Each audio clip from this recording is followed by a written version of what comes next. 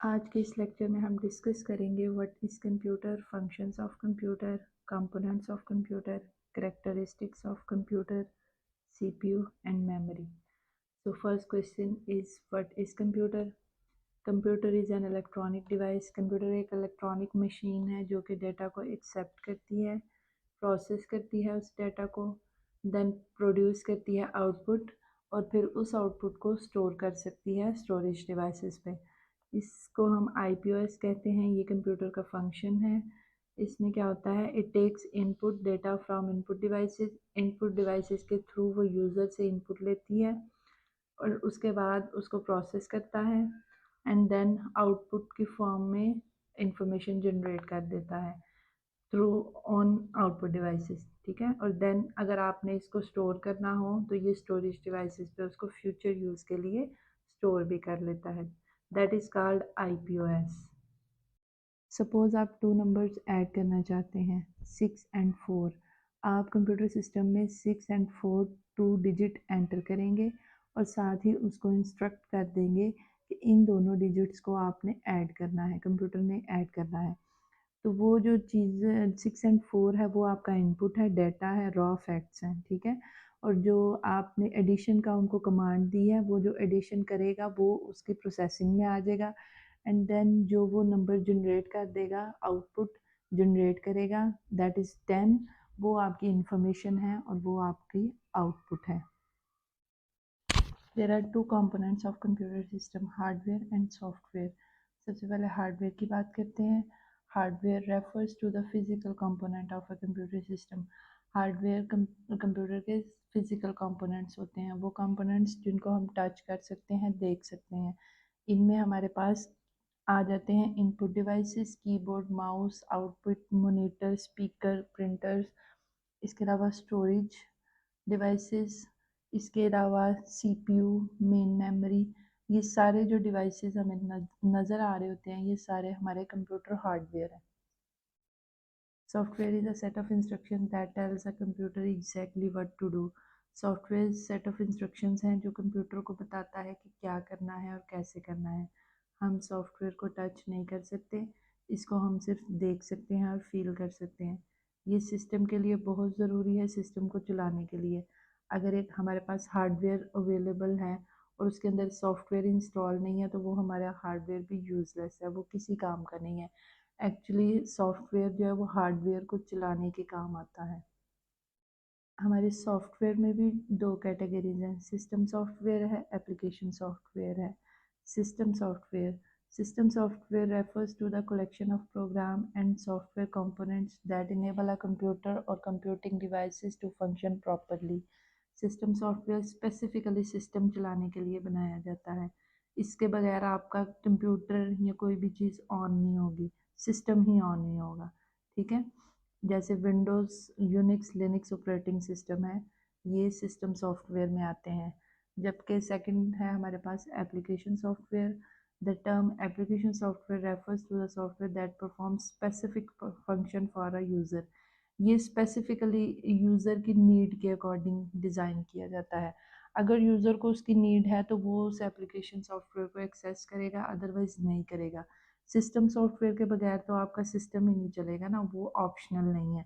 जबकि application software optional है, आपको अगर उसकी ज़रूरत है तो आप उसको एक्सेस करेंगे, अगर आपको उसकी ज़रूरत नहीं है तो आप उसको ओपन नहीं करेंगे, उसको इंस्टॉल नहीं करेंगे, जैसे एमएस ऑफिस है। नेक्स्ट हमारा टॉपिक है करेक्टरिस्टिक्स ऑफ कंप्यूटर। इसमें सबसे पहला करेक्टरिस्टिक्स है स्पीड। कोई भी काम हो, कितना भी लेंथी और मुश्किल हो, कॉम्प्लिकेटेड हो, कंप्यूटर उसको स्पीडी करेगा, स्पीड से करेगा, यानी बहुत तेज़ी से वो काम जो है वो मुकम्मल कर लेगा। उसके बाद है एक्यूरेसी। वो जो भी रिजल्ट्स और इंफॉर्मेशन जनरेट करेगा वो 100% एक्यूरेट होगी, यानी ये करेक्टनेस ऑफ डाटा से है कि उसमें किसी किस्म का कोई एरर के चांसेस नहीं होंगे। उसके बाद है स्टोरेज। ये एक बहुत ज़्यादा अमाउंट में डाटा को स्टोर करने की कैपेबिलिटी रखता है। उसके बाद है क्विक रिस्पॉन्स है। क्विक रिस्पॉन्स का मतलब ये है कि आप कितना भी पुराना डाटा या कोई सा भी डाटा हो, कहीं भी पड़ा हो, जितना मर्ज़ी पुराना हो, आप जैसे ही कंप्यूटर को कमांड देंगे वो जल्दी से उस डेटा को सर्च करके आपके सामने ले आएगा। इसके बाद है रिपीटेड कैपेबिलिटी। इसका मतलब ये है कि आप कोई भी काम उसको 1000 दफ़ा करने के लिए भी कहेंगे, वो बिल्कुल उसी एक्यूरेसी के साथ और उसी स्पीड के साथ जो है वो उसको परफॉर्म करेगा। उसमें किसी किस्म की गलती के कोई भी चांसेस नहीं हैं। नेक्स्ट हमारा टॉपिक है CPU. CPU stands for central processing unit. ये इसको कंप्यूटर का ब्रेन भी कहा जाता है। हर किस्म की जो प्रोसेसिंग है वो सीपीयू में होती है। इसके आगे से दो पार्ट हैं, ALU and CU. ALU stands for arithmetic and logic unit है।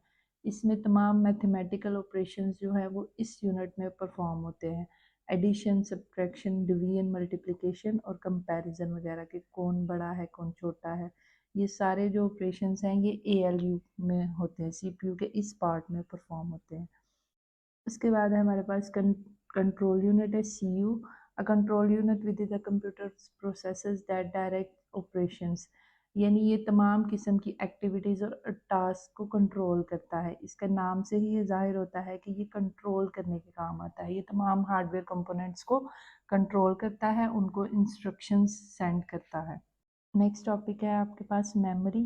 Memory just like human brain काम करती है। यहाँ पे हमारा कंप्यूटर जो है वो इंफॉर्मेशन और डेटा को स्टोर करता है। ठीक है, computer memory is the storage space in computer where data is to be processed and instruction required for processing are store. यानी किसी भी किस्म का जो डाटा है वो इसमें स्टोर होता है, जो प्रोसेसिंग के का वेट कर रहा होता है। इसके अलावा प्रोसेस्ड इंफॉर्मेशन भी हम मेमोरी में ही सेव करते हैं। ठीक है, इसके आगे से मेमोरी की भी दो टाइप्स हैं, प्राइमरी मेमोरी या मेन मेमोरी है और सेकेंडरी मेमोरी है। Primary memory, primary memory holds only those data and instructions on which the computer is currently working. यानी वो ये सिर्फ वो वाला डाटा कैप्चर करके रखता है जिसके ऊपर अभी हम फिलहाल काम कर रहे होते हैं। जो प्रोसेसिंग के टाइम पे जो इंस्ट्रक्शंस और डाटा को यूज़ करते हैं वो डाटा ये होल्ड करके रखता है। फिर जैसे ही आपका काम कंप्लीट होता है, आप उसको सेकेंडरी मेमोरी में सेव कर देते हैं, तो जो डाटा है वो प्राइमरी मेमोरी से लॉस्ट हो जाता है। इसके अलावा अगर आपकी पावर स्विच ऑफ हुआ है तब भी वो डाटा वहाँ से रिमूव हो जाएगा। ये मेमोरी जो होती है ये कॉस्टली होती है लेकिन लिमिटेड होती है। ठीक है, इसकी कैपेसिटी लिमिटेड होती है। सेकेंडरी मेमोरी जो है उसको एक्सटर्नल मेमोरी भी कहा जाता है और ये नॉन वोलेटाइल है। मतलब आपके पावर स्विच ऑफ होने से इधर से डाटा रिमूव नहीं होगा। यहाँ पे जो भी इंफॉर्मेशन स्टोर होंगी वो परमानेंटली होंगी।